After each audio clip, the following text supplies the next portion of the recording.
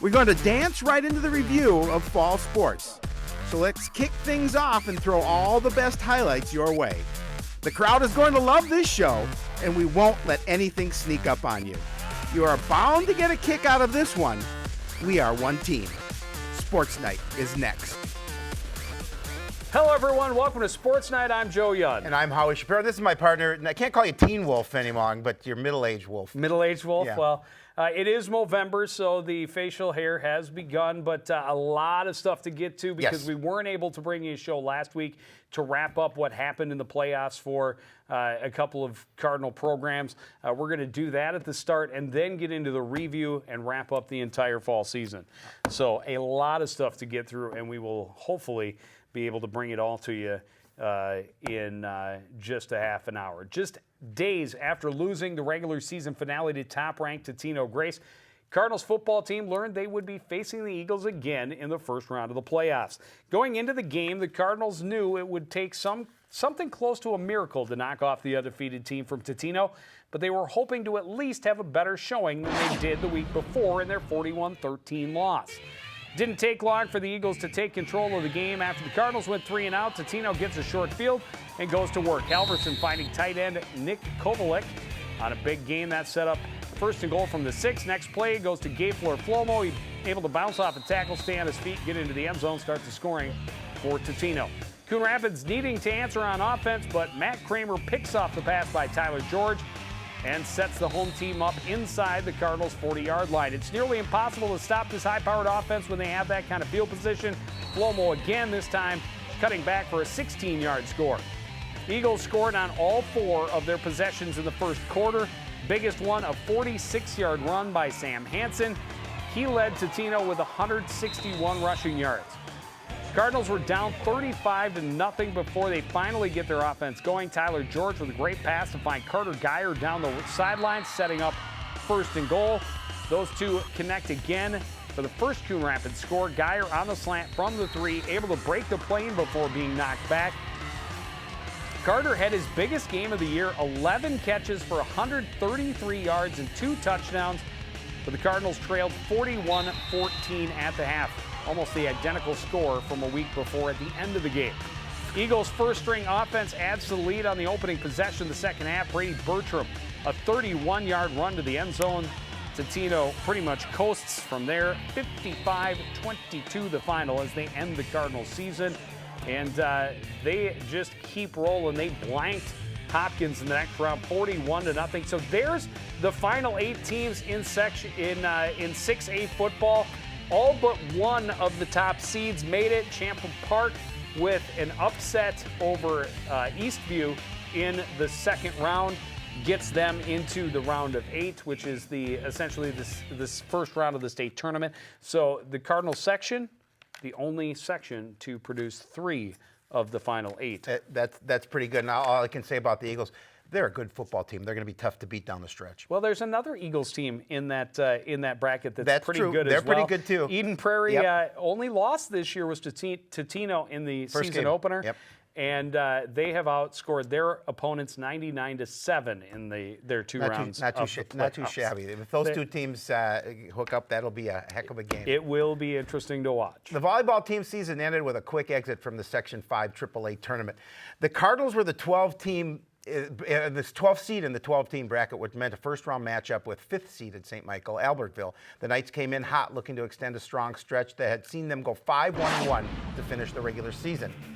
Cardinals able to keep the score close early in the first set. Laura Bouch serving up the ace, but after the score was tied at 5, things went decidedly in the Knights' favor. Off the serve by Callie Harris coming up. Good turn by St. Michael Albertville, setting up Michaela Henderson for the kill. STMA with a 20-1 run to win the first set, 25-6. Cardinals able to compete a little better in the second set. They set up Harris for the kill on this point. Cardinals actually led early in this one. St. Michael got back in front, though. The Cardinals not letting this one get out of reach. Nisha Whitfield with a kill on the left side that keeps Coon Rapids within striking distance. But the Knights able to pull away at the end. Big kill coming up here from Macy Gavick on the right side. And St. Michael Albertville takes a 2-0 lead with a 25-17 win. Desperation time for the Cardinals in the third, but the Knights aren't going to let it get away from them. They end it early. Grace Mauersberger's kill helped St. Michael get out to the big early lead.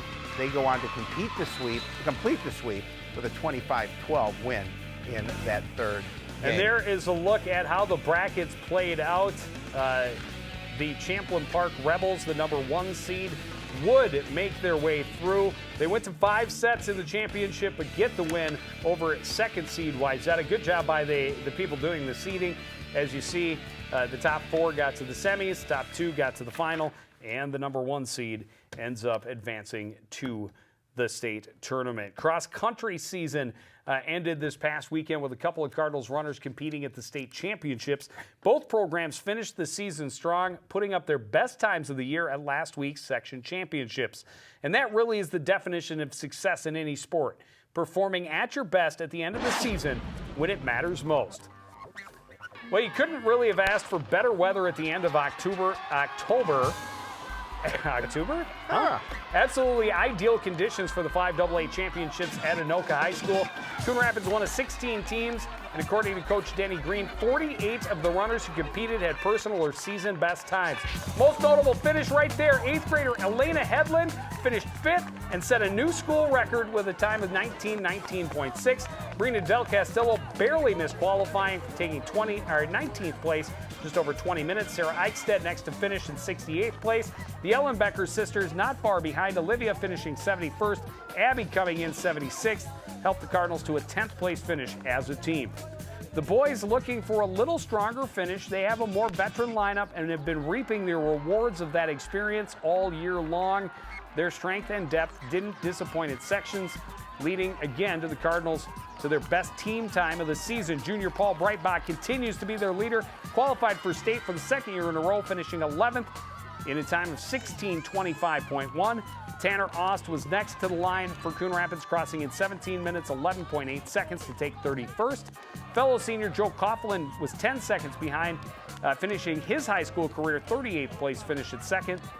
In sections, freshman Noah Christensen and Reed Smith were the final 2 to factor into the team score, coming across in 42nd, 47th places respectively. As a team, a very solid 6th place finish for the Cardinals. Great end to the year with 3 of the top 5 returning. It should be a great way to build off of in 2017. Saturday at State, 8th grader Elena Hedlund, a 124th place in 20 minutes, 45.3 seconds.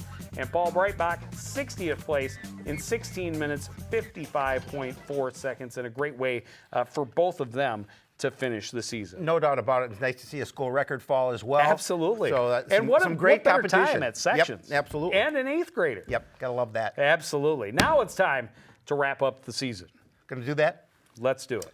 Well, the football program will once again be looking for a lot of answers in the offseason after their 2nd straight winless season and their 3rd in the last 5. Everyone was hoping that new coach Greg Malling would be able to turn the program around right away, but that's not the way it worked out. The Cardinals went 0-9 again and go right back to the drawing board. The season wasn't a total loss. There were some positives to take away. You just have to look to find them. The Cardinals scored first in the season opener. Unfortunately, Hopkins answered with 52 unanswered points in the runaway victory. Week 2 was another lopsided loss in the conference opener against Blaine. But games 3 and 4, the Cardinals were very competitive with some very good teams. They only lost to Champlin Park by 3, a team that is still live in the state quarterfinal round. The following week, they came up short in a 13-8 loss to Centennial. The Cardinals also scored first in 3 of those first 4 games. Their Achilles heel, however, all year long was giving up big plays on defense, and it kept them from really being competitive in any of the games through the second half of the season. During the regular season, the Cardinals were outscored 295-94, including 197-44 in the first half. This is not a team with the type of skill needed to dig out of those big holes. In those couple of games, they avoided big plays and kept the score close. They had chances until the very end. Unfortunately, they faced huge deficits early almost every week and didn't give themselves a chance to be in those competitive games. The Cardinals had trouble rushing the ball all season, and inconsistency at the quarterback position made the offense struggle even more. Probably the best news for the Cardinals is that they return a lot of their skilled players on offense who did gain some valuable experience this year. It'll be a definite up-here battle, but realistically, things can only get better, Joe. Yeah, and there's a look at your seniors. A lot of them. Yep. Adam Ness, Nick Urias, McCoy Merkel. A lot of familiar names we talked about all season long. Cam Geyer, Tanner Gulix, and Jernell. All of those first 5 are all starters. Dylan Davis, Tyler Sinnell, Josh Tabla, Joey Bothwell, Jack Scheck, Brandon Gustafson, Spencer Howe, TJ Mandyke, Roman Gilliard, Davian Smith-Hansen, Braden Lindbergh, and finally Sam Dam, who's a lot of starters in there. But as you mentioned, a lot of skill position players coming back. Both of their quarterbacks will come back, and it'll be a quarterback battle, I think, at the beginning of the year. I thought that Tyler George played better later in the season. I did as well. But he'll have to battle against Van Holtzen to earn that starting spot at the beginning of next season. Yeah, I think numbers will be the key for them next year. I think they Yes. had 88 kids come out this past year. I think they look to increase those numbers, and I think with this coaching staff, I'm pretty optimistic that they'll get those numbers and they'll build this team up. Well, and I think a big factor, again, will be much like what the Minnesota Vikings are dealing with, having to get a run game established in order to open up that passing game. We'll see if they can get that done next season. Girls tennis team is one of the more successful stories of the fall sports season for Coon Rapids. This is a program that had back-to-back 20-win seasons just a few years ago and is still rebuilding its way back to that level. This season, another good step. From the very start, the Cardinals knew it would be a challenging season. They had a fair number of experienced veterans, but they also had a lot of young players that had talent, but they were still developing into varsity-level players. Cardinals had a lighter schedule this year with only 17 matches, so 20 wins obviously impossible from the get-go. Still, they were hoping they could be around the same as last year, stay in the top third of the Northwest Suburban, finish with a winning record, and that's exactly what they did. Cardinals hovered around the 500 mark through most of the schedule, but were able to finish the regular season with 4 wins in their last 5 matches. That pushed their record to 10-7, 6-5 in the conference. While they would have liked a little stronger record against the Northwest Suburban, it's a solid mark considering their relative youth and the strength of the conference this season. They lost in the first round of the section tournament and didn't have anyone make much noise in the individual tournament either. Cardinals will once again be hit hard by graduation. There were 5 seniors on the roster, 4 of whom were in the lineup almost every match. But they also got important contributions from all grade levels, all the way down to freshmen. So while they may not be at the level of those 20-win teams yet, there's plenty of reason to be optimistic about the potential for this team to be a top contender in the very near future. And there is a look at your seniors: Emily Everhart, Helen Nelson, Jessica Emons, Madison Georgie, and Olivia Farley. 5 seniors. We only lose one of the Maddies. Right. So we still got plenty of Maddies. We still got plenty of Maddies to go around. And the youth, as you mentioned in there, the youth has really generated some good playing time, good varsity minutes, or games, and that'll help them for next year as well. Well, yeah, it absolutely will. And how much time those younger players got to play at the varsity level this season will only help them tremendously moving forward. No question. Well, the volleyball program starts the offseason with a lot of uncertainty after the resignation of head coach Scott Arcan. It was a long and difficult and sometimes frustrating year for the Cardinals. They didn't have the type of success they were hoping for, and Arcan stepped down after their first-round loss in the playoffs. The season started with a typical optimism. While Arcan knew the Cardinals didn't have those dominant players at the top that many of the conference opponents would, he was excited about the health and especially the program at lower levels. The Cardinals' numbers at the freshman and sophomore levels meant that there were more players on the way up. That would hopefully mean the talent level would be on the rise as well. Unfortunately, the season took its toll. The Cardinals managed just 3 wins, all in best-of-3 tournament matches.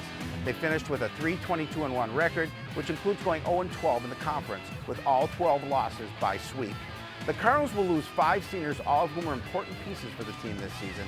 And on the upside, the Cardinals will return several of their top hitters, their setter, and their top defensive specialists.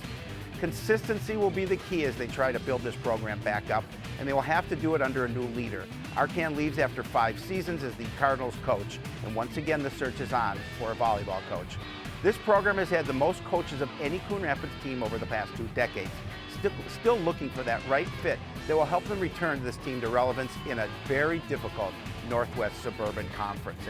And, Joe, it was a tough year for the volleyball squad, no question about it. Absolutely, and there's your seniors: Callie Harris, Kayla Bussey, Amy Slack, Kayla Thoen, Laura Botch. You talk about it, losses are minimal considering. Yep. They bring a lot of those pieces back, but a very tough conference, and they're going to have to learn some new seasons. As we talk about, there's a couple of things. It's kind of a two-edged sword. The volleyball program has a lot of 2- and 3-sport athletes, which is good. Yep. But where it hurts you is that they don't spend a lot of time playing volleyball in the off season. And in the off season for any varsity sport, the off season is where you see the most improvement. The kids who go out and play and go to camps and get additional instruction and put the time in the off season are the ones that return with the greatest improvement from the year before. And there's going to be some of that, obviously, but I think the biggest thing is to find that new leader that can build this program back up. Well, and it's been a tough road to hoe for the program. They've gone through. I think he's like the 5th or 6th coach we've seen behind the bench there. So who do they find who can get the best out of the girls and help bring them together and elevate their level of play? I thought Arcan did a lot of nice things. I really agree. He has the same philosophy as far as coaching that a lot of the coaches have in Coon Rapids, is that the important part of being a student athlete is student comes first. And it should. And it absolutely should, and he's very focused on that. Unfortunately, the success on the court didn't follow that. They do have, as you talked about, bigger numbers at the lower levels, and hopefully that's going to help the program moving forward as well. Nowhere to go but up. Well, as we discussed earlier, the cross-country season ended with 2 Cardinals runners competing at the state tournament, including one setting a new school record at sections. It was a great year, really, for both boys and girls teams, as they were able to improve their times consistently throughout the season, and both had their best times of this year at the section championship. Boys' team was a little stronger than the girls all season. They had a bit of a head start in terms of talent and experience, and they used it to have one of their best finishes in recent memory. However, they will also feel the sting of graduation a little more than the girls will. The boys finished 5th at the Northwest Suburban Championships, with junior Paul Breitbach and senior Tanner Ost earning all-conference honors, and senior Joe Coughlin finishing honorable mention. Cardinals then took 6th at the section championships, with Breitbach qualifying for his 2nd straight trip to the state tournament, where he finished 60th place. While the boys had the advantage in talent and experience, they will also, as I mentioned, feel the sting of graduation. They'll lose a total of 7 seniors, including Austin Coughlin, who were in their top 5 at almost every meet. On the girls' side, the results were a bit more modest, but the improvement was the key. Cardinals had a few veterans at the top of the roster, but a lot of young runners that brought speed and enthusiasm, and they pushed the entire field to go faster. The times seemed to go down every meet as the newer runners got used to the level of competition, and the veterans continued to improve as well. Throughout the season, the Cardinals had to overcome some injuries and some other absences, but they seemed to persevere every time they had to face adversity. They finished 10th at the Northwest Suburban Championships, with all conference honors going to 8th grader Elena Hedlund and senior Brina Del Castillo. Cardinals stepped up their game even more at section championships, with nearly everyone posting a season or personal best to help the Cardinals finish 10th at that event as well. Hedlund set a new school record as she finished 5th overall to qualify for state. Del Castillo missed qualifying by just 3 spots. Cardinals had 9 seniors on the roster, but Del Castillo really the only one that was consistently in the top varsity group. That means the Cardinals should return a lot of talent and a lot more experience next season, as they hope to continue to move this program forward. There are your seniors. Girls on the left, Rachel Davis, Brina Del Castillo, Leah Johnson, Sky Juneau, Summer Juneau, Kara Klingberg, Jessica McDonald, Michelle Oniakaba, Hannah Trello. For the boys, Tanner Ost, Ben Breitbach, Joe Coughlin. Those 3 have been big parts of the team for several years. Noah Crosby, Matt Dunn, Jacob Samet, and Joe Thoen.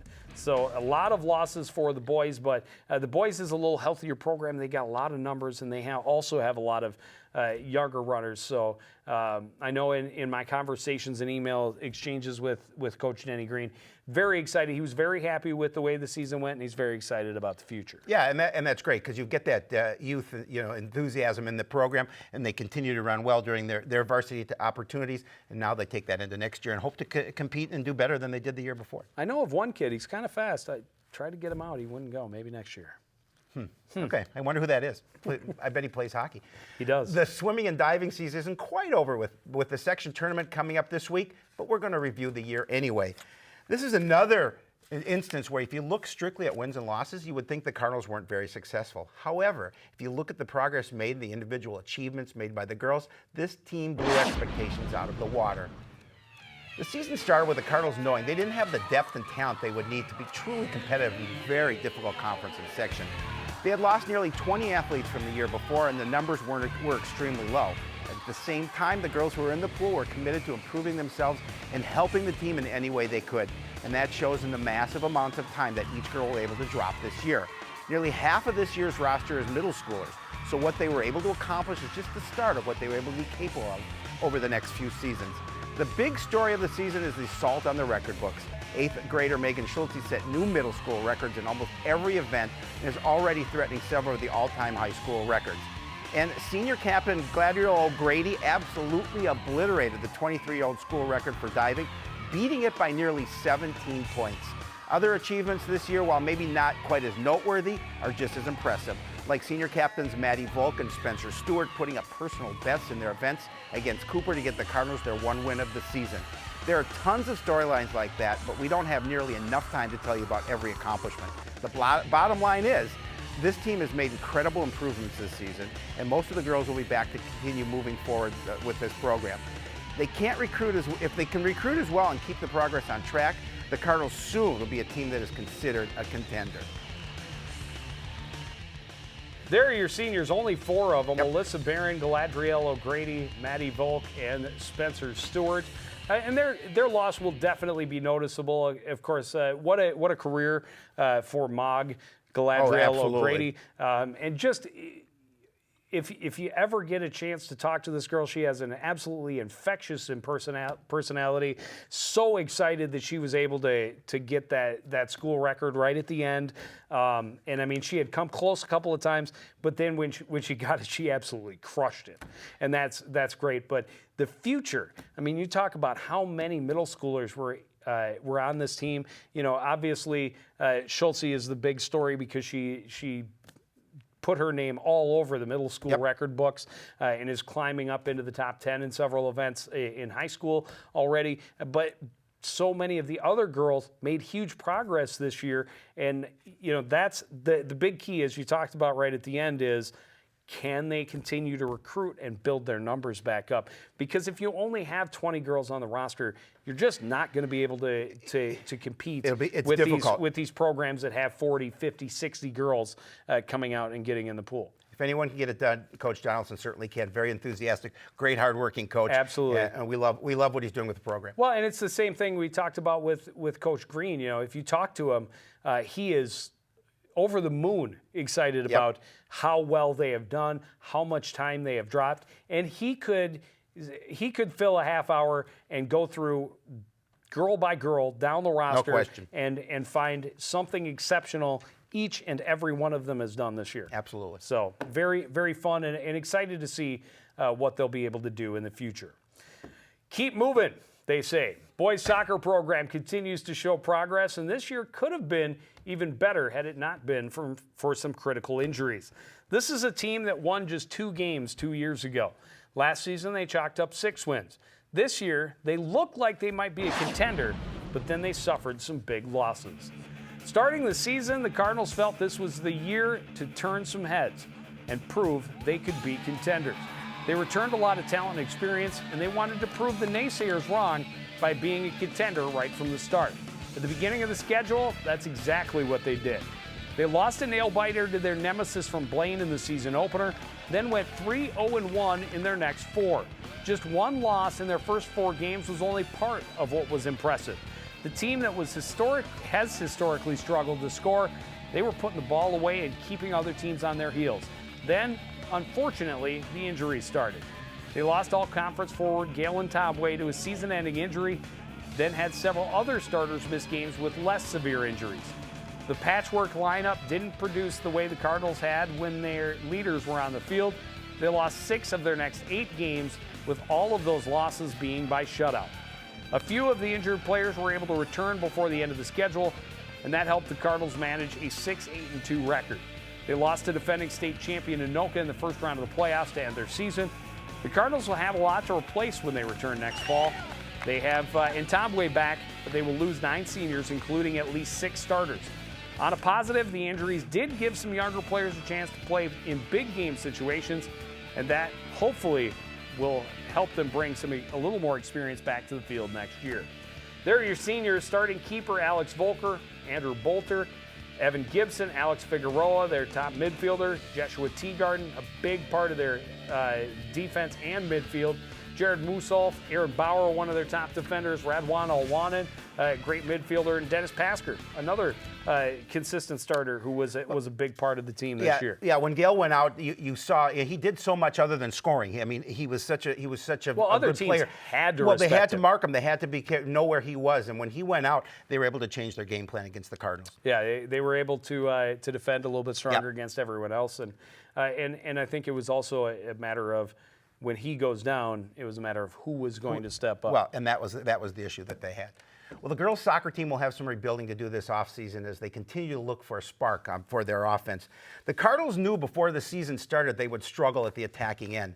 They knew they could play strong defensively, but they needed someone to step up at the front to make them a contender. This is a program that is historically defense first, and that was definitely the case again this year. However, the Cardinals always seem to find 1 or 2 girls who develop into top-notch scorers. That wasn't the case this year. The Cardinals managed just 2 goals in their first 5 games and had a total of 16 goals in their 16-game regular season schedule.